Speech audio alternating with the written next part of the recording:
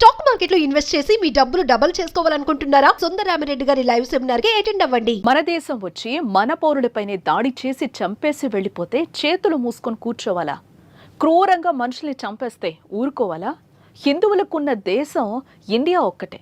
అలాంటి దేశంలోనే హిందువులకు రక్షణ లేకపోతే ఎలా? హిందువుల్ని టార్గెట్ చేసి దాడులు చేసిన వారిని క్షమించి వదిలేయాలా? పాకిస్తాన్ను సమర్థిస్తూ కొందరు చేసిన వ్యాఖ్యలకు AP deputy CM Pawan Kalyan counter attack ఇది.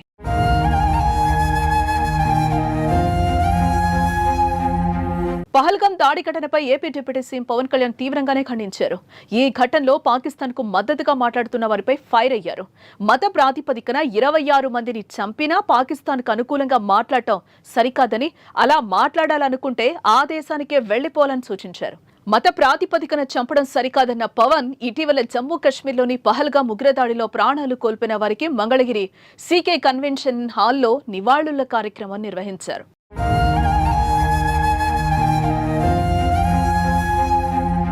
ఉగ్రవాదం, హింసపై అందరూ ఒకేలా స్పందించాలన్నారు. కశ్మీర్ భారత్లో భాగమని, ఇలాంటి విషయాలపై ఓట్లు, సీట్ల కోసం మాట్లాడకూడదని చెప్పారు.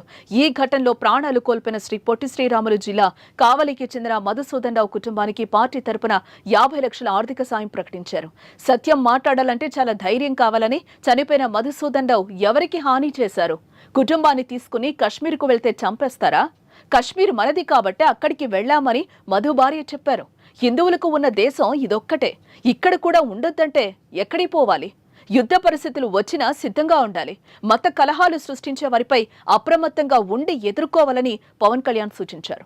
పాకిస్తాన్ని ప్రేమిస్తా అంటారు వీళ్ళందరూ. ఇక్కడ భారతదేశంలో కూర్చొని మీరు పాకిస్తాన్ని ప్రేమిస్తుంటారు. మొన్న కొంతమంది నాయకులు డిబేట్లో మాట్లాడుతుంటే చూస్తున్నాను. మీరు పాకిస్తాన్ అంత ప్రేమిస్తే దయచేసి పాకిస్తాన్కి వెళ్ళిపోండి. ఇక్కడ ఎందుకు?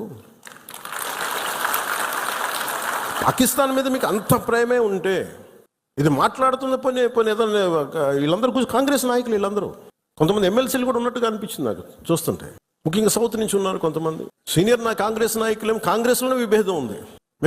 మేము వెళ్ళిపోతే మీరు పాకిస్తాన్ని, మీరు భారతదేశంలో దాడి జరిగినప్పుడు భారతదేశానికి నిలబడాలి తప్ప పాకిస్తాన్కి నిలబడతాం మీరు సెక్యులరిజం అంటే అది ఏ ససేమిరా ఎవరు ఒప్పుకోరు. ఇక్కడ పోయిన ప్రాణాలని మనం ఎలాగ తిరిగి తీసుకురాలేము.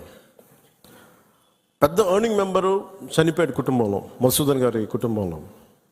సో మనందరి తరపున, మీ అందరి తరపున, పార్టీ తరపు నుంచి ఆయనకి ఒక